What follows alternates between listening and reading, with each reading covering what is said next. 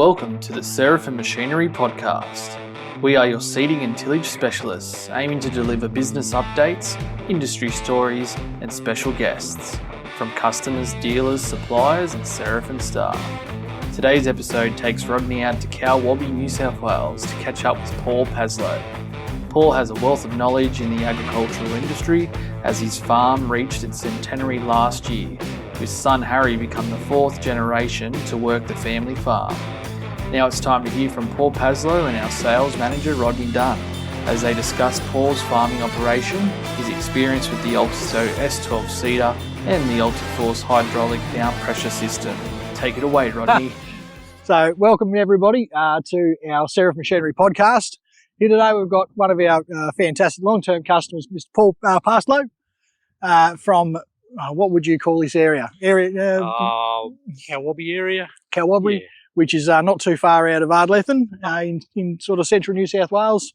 Paul, would you like to tell us a little bit about what you've actually been here? I heard you were saying before when we were talking 100-year anniversary. We did have our centenary last September of 100 years of farming in this area, which was, pretty impressive actually, as it turned out. Yeah. We were very happy with it, and it's, we hope to continue it for a while longer. That's it, that's the plan. The next generation's sort of started now, and I'm backing out a little bit, but that's the plan, is to hopefully continue on. That in motion. Just to continue on for a bit longer anyway, while we can. Oh, fantastic. So how many generations it's been farming in this particular property? Yeah, Harrison, my son's on in the fourth generation. Yep. My grandfather came here in 24 and cleared a block, and it's back over that way a couple of kilometres, but we've just added on, and and it's all combined actually. The whole farm is pretty much all in one patch, so it's beautiful. It is beautiful. Easy. So in regards to your farming operation, no stock? No, we went out of stock probably 12, 14 years ago.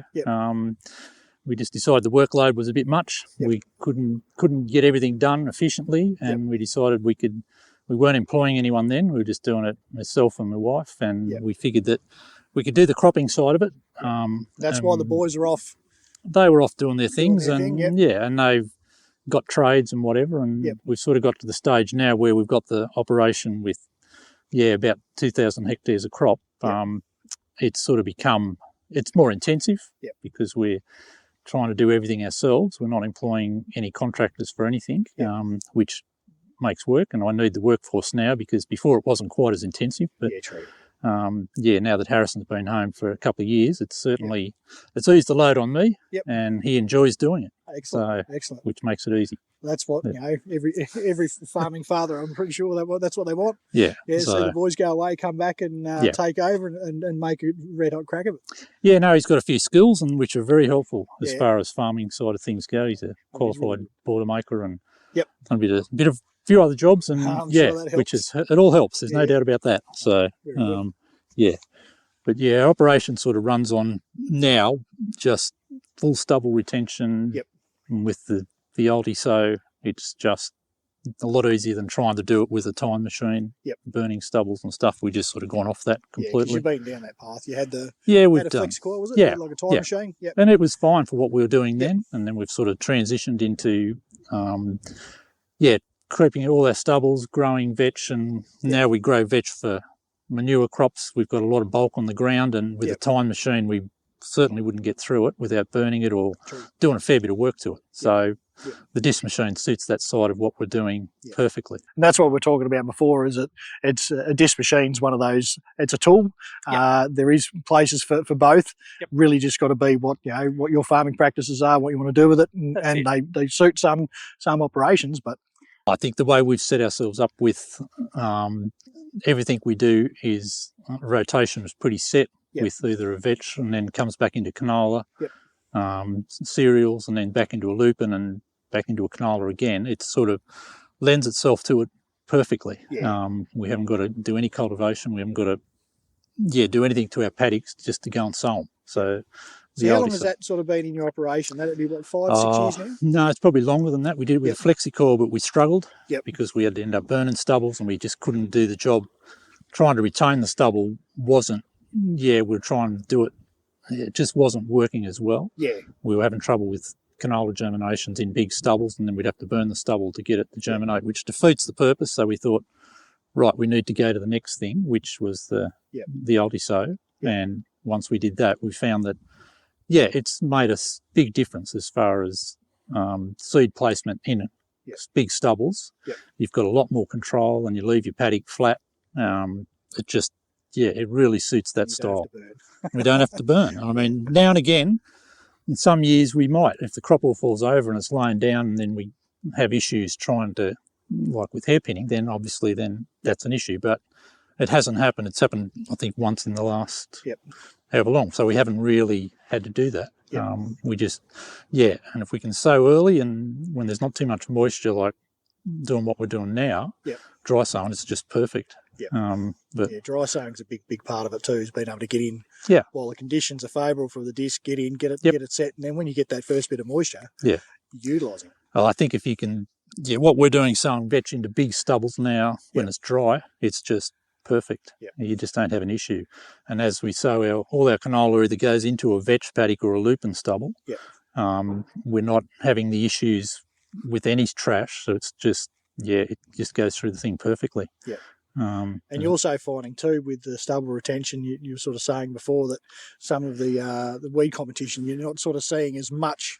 You're still getting some, naturally, it's going to be there. We are, and it becomes, every paddock's a little bit different, but like I say, if you treat it like a vegetable garden, when you plant your vegetables and you put a heap of mulch around it, that's pretty much what we're trying to do. And it does alleviate some of the issues. We still have problems. I mean, we're still spraying for weeds, but I think it does help because we're keeping that stubble cover all over our ground. And it just doesn't let the sunlight, the seeds that are sitting on top of the ground don't seem to germinate anywhere near as much as they did.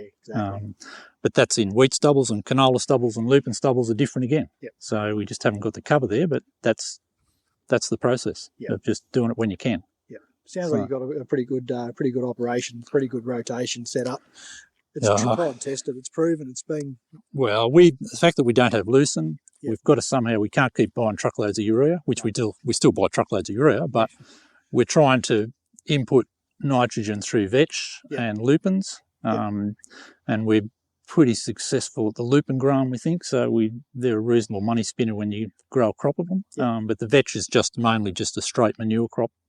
We don't try and harvest it. We just keep it for nitrogen, and that's it. Use it for nitrogen, and that sort of alleviates some of our costs. But it's a cost to put it in, obviously. But I think it does hang over for a couple of years. You don't just get 1 year out of it. You get at least 2 in reasonable years. It will carry over for a couple of years.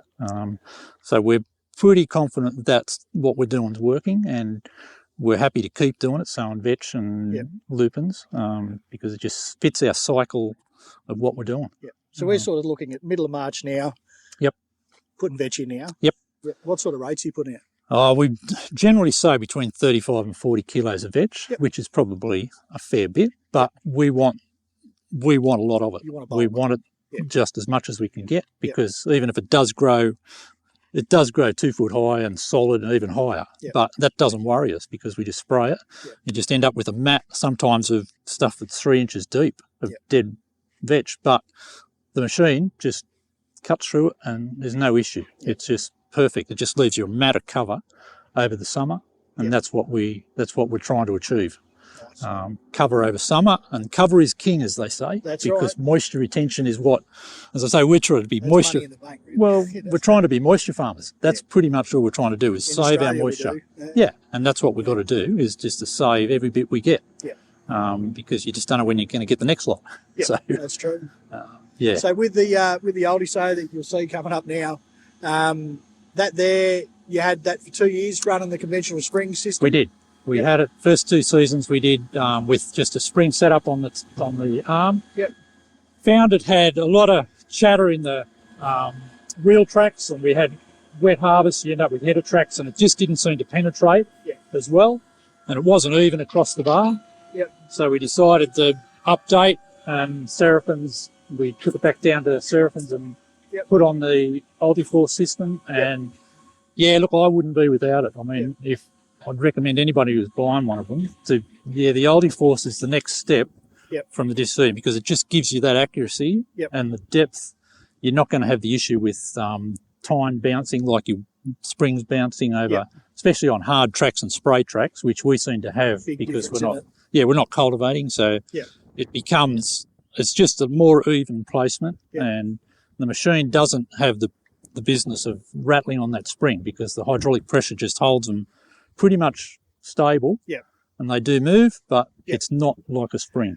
So, Even though it was fairly noisy coming past us then, the noise of the units is really dead quiet. No, it's the air seater rattling. You hear the chatter of the units when they've got a spring, and you know that they're really bouncing. Working. So, do you find, or do you feel that you're going to probably have a bit of reduced maintenance because you haven't got that chatter and that vibration go through the unit? There's a 6 of one, half a dozen the other, because I think the fact that you've got hydraulic pressure and you can wind it up with electric control, you can put a lot more weight on it when you need to. When we need to penetrate stuff. So that might create other issues with pressure on it all the time. But we haven't found that. We've done 2 years with it. We've found not a lot of difference. So I think the maintenance side of it, we were concerned that it might have put more pressure on everything, but it hasn't really changed the setup as far as that goes. I know talking to a few customers that have run them right from the word go, they've actually found, compared to other machines that they've run, they're actually reduced the amount of down pressure they're running as an average.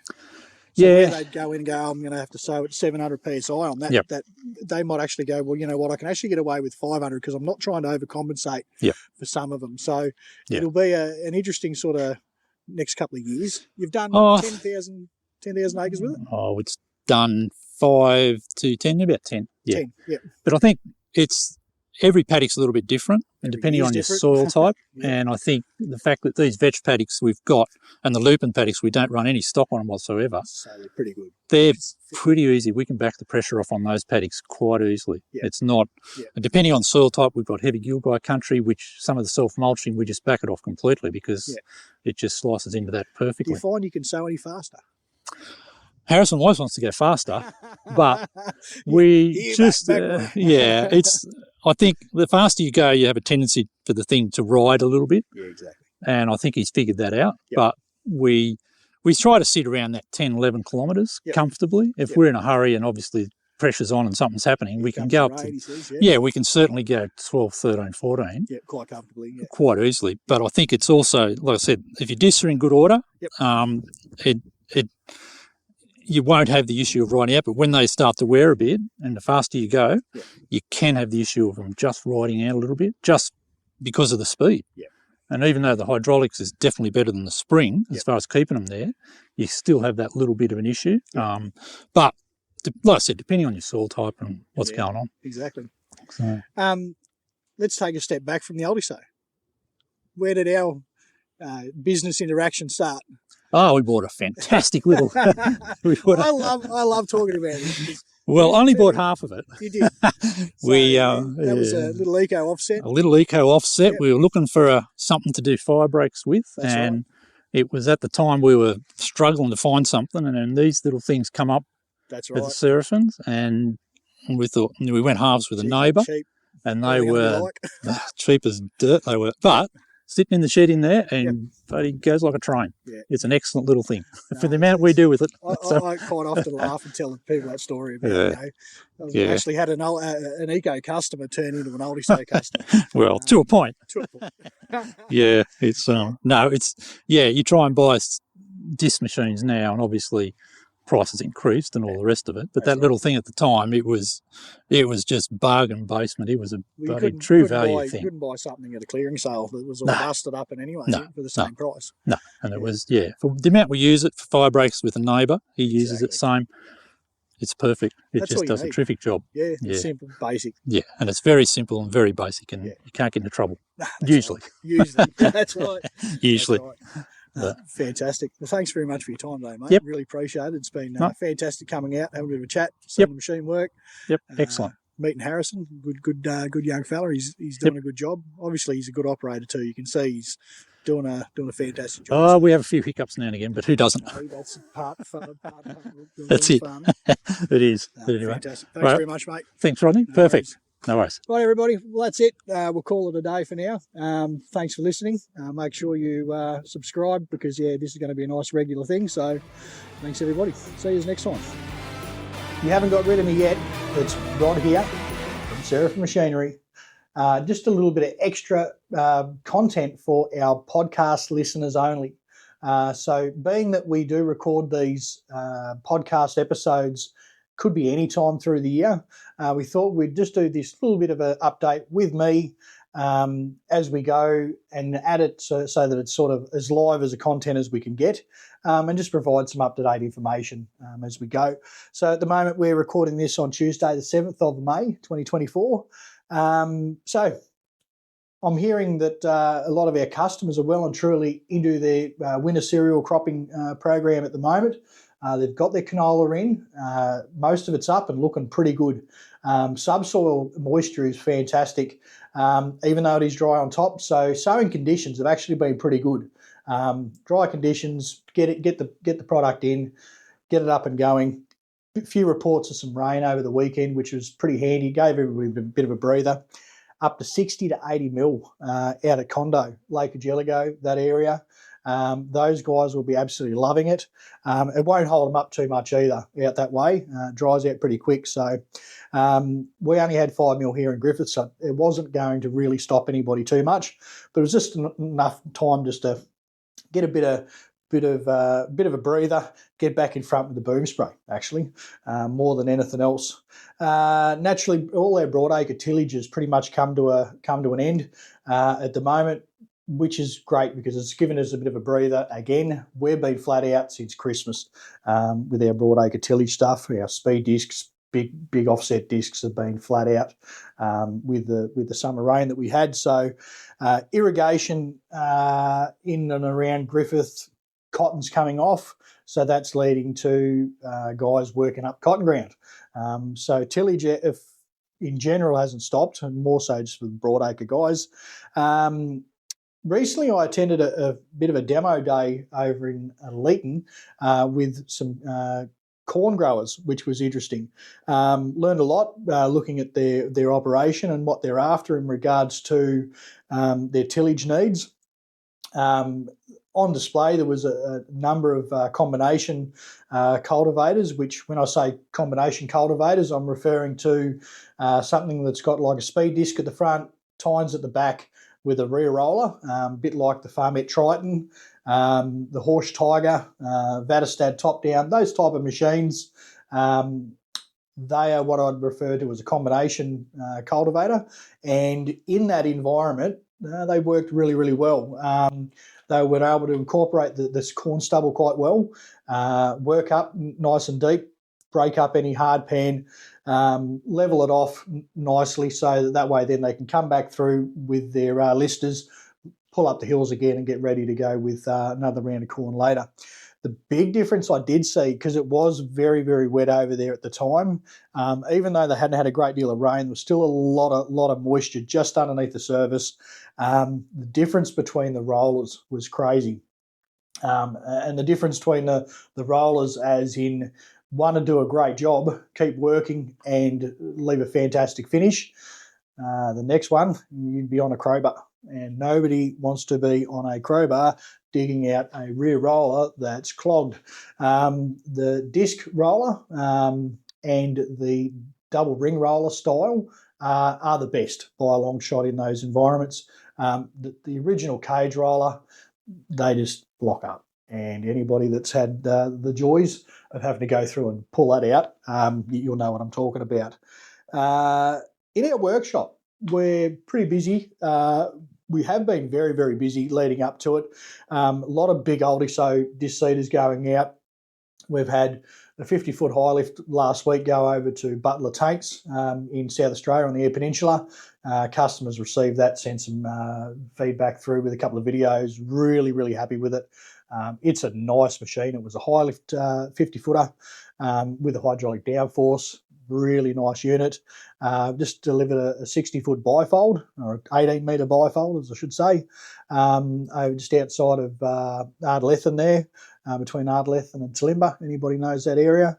Customers got the Manutech single wheel on that one to keep it nice and simple. Very happy with the job that it's doing. He was using an older Ultisow previously, and he said chalk and cheese between the older units and the new ones. Really, really impressed. So at the moment, we've still got a couple of bigger machines to go. We've got a 12 metre that we're just finishing off now. That's going to go over to Central South Australia as well. So we've had a good run with the Ultisows over that way this year. We've got a couple of linkage bars. Now these linkage bars, these are 8 metre, 32 row and 250 mil spacings. Both have the hydraulic downforce, and both are used for going straight in after cotton. Once the cotton's been harvested, they go through and mulch.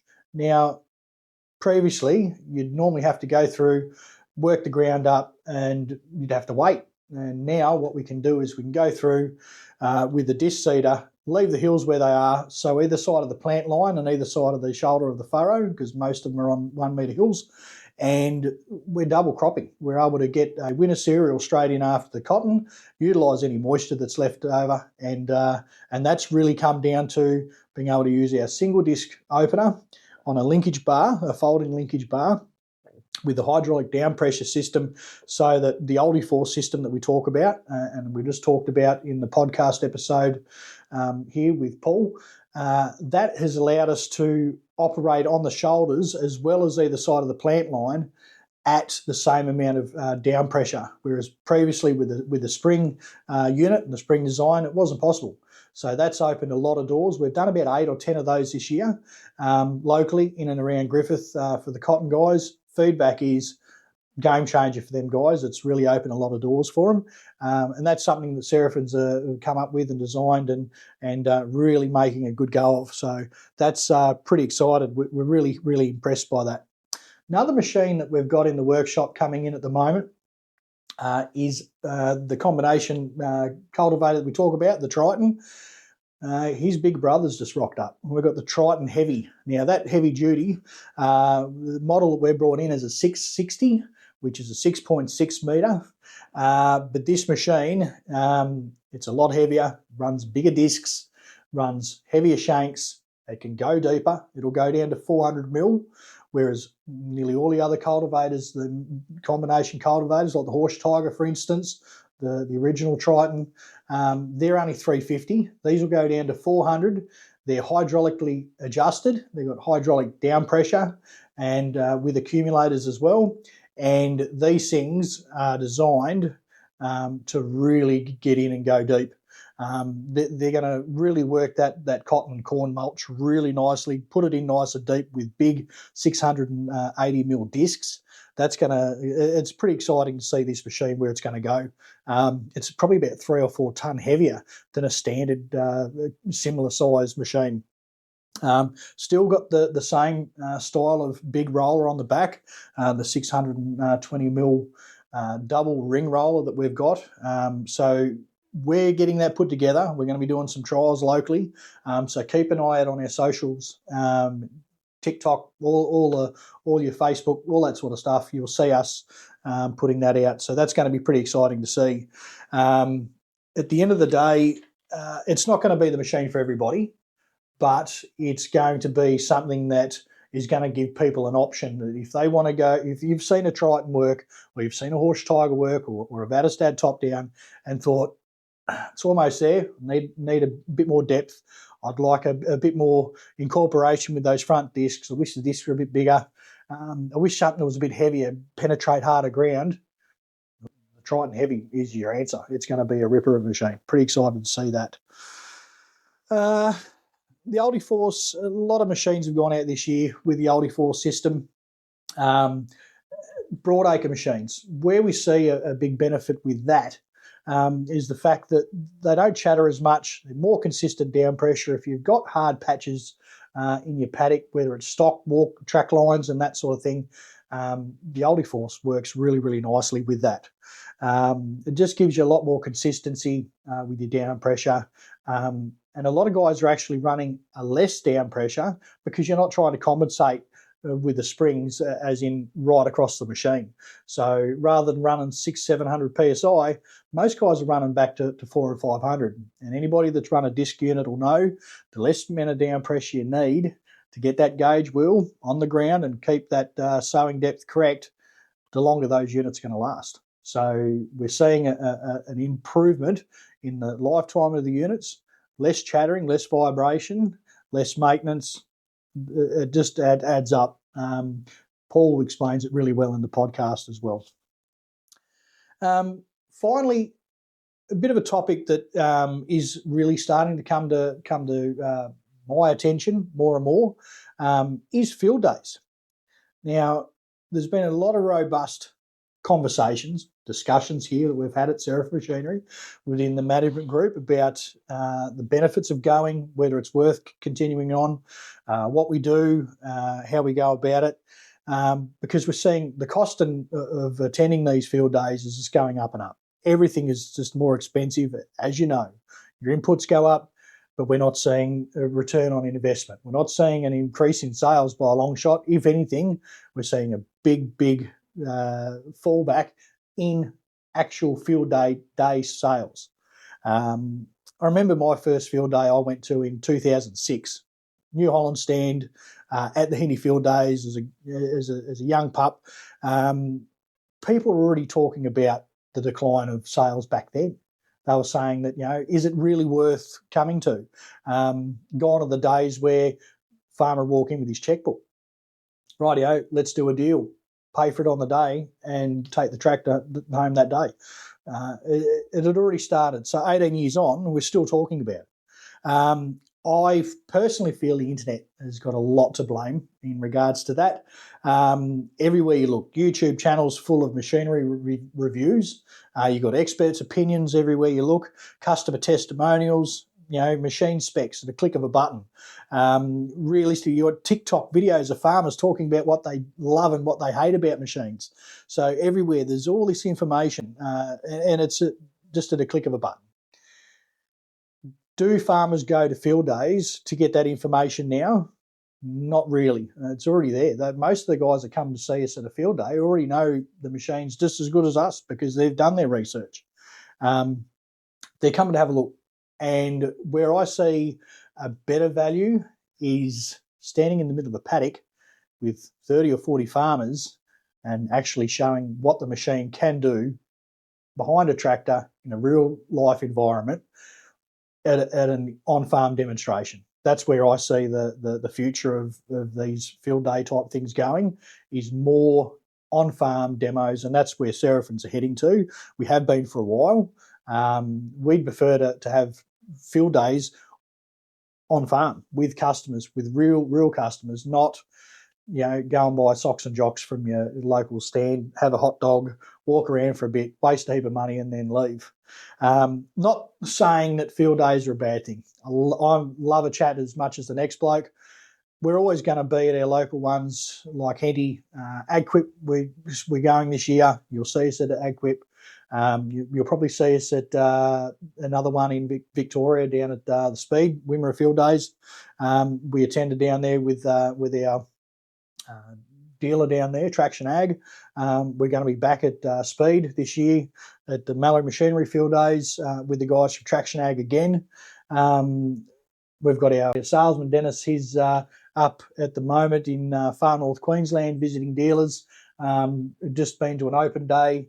We're out and about still. Are we going to attend like we used to? Probably not.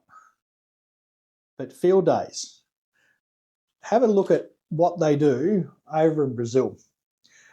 We've just been talking to our friends over there from Baldwin and Tattoo, talking about the agri show that's just happened in Sao Paulo. It's in the southeast of Brazil, and it's one of their largest field days or agri shows they attend. It runs over 5 days. It attracts over 200,000 visitors a year. You're not going to find socks and jock stands there. You're not going to go and find a bloke flogging off cheap Chinese tools.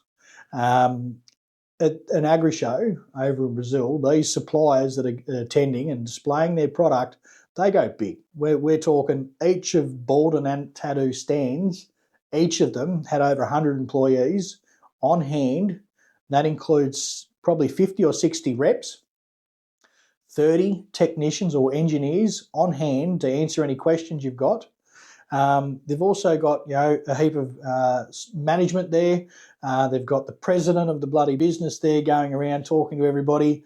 You've got the president of Brazil attending, coming to each stand and shaking everybody's hand. It's a big deal, like to the point where they've even got representatives from the big banks in Brazil on hand at each stand, so that when a customer gets a quote, they can go straight there, get the finance approved on the spot, and walk away knowing that they've just purchased a machine and the finance is done all in one go. Bang. They don't muck around. We're talking about they put over $2.67 billion, that's B for billion, of sales over the 5 days just at that show alone. It's hard to comprehend how many tractors, boom sprays, headers and ploughs we're talking about to sell $2.67 billion. They don't muck around because they focus all of their attention on getting people to these field days or to the agri show and placing the order then, so that they've got the rest of the year to plan and build and supply these products, rather than just dribs and drabs as they go. So that's got me thinking, why doesn't that style of field day work here in Australia? Is it because we are so spread out? It's almost impossible for enough farmers to attend one single field day event to make it really worthwhile for a lot of the big shows to do what the guys in Brazil do. There's no way you're going to see a John Deere go to the length that the guys over in Brazil do.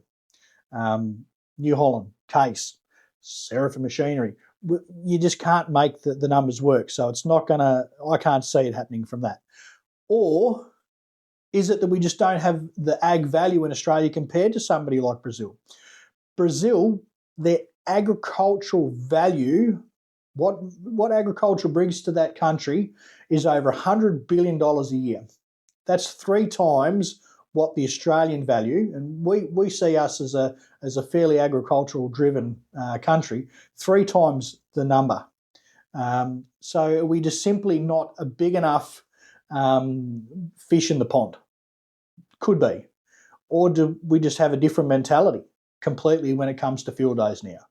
I love a chat at the field days. It's great to catch up, but putting machines on display, static, 3-day event, it drags on. You've got mums and dads there, kids running around, good family day out.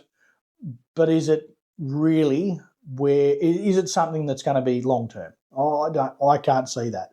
What I'd like to know though from our podcast listeners, do you enjoy going to field days, and do you see it surviving in the future as a long-term event for the agricultural areas of Australia? Or do you think that this is something that's a thing of the past that will eventually die off? What we could do is you can send through any audio clips, you can write written questions down, and you can send them through to us at info@serafin.com.au, and we will go through them. We'll have a listen, and in our next update that we'll put out, we will answer those questions. And if it's okay, we may even play those audio questions so that everybody can have a bit of a discussion.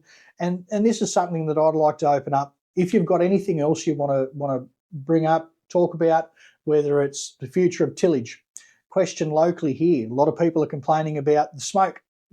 People are burning off. They've just gone and harvested their rice, and now they're burning off their stubble. People are in locally, we need to stop burning off. Is that going to be something that's going to come in across Australia-wide, or is it going to be individually state, or is it going to be run by the councils as to whether you can or can't burn off? Things like that. That's what I wanted to use in this podcast. Let's have a discussion about the industry. It's not a sales pitch. We're just talking here, just, a bloke that loves the industry, and we wanted, your input. So please feel free to ask any questions, info@serafin.com.au, And we'll hear from you next time. Thanks very much for listening. As always, like and subscribe. And remember, Serafin Machinery Podcast is where it's at.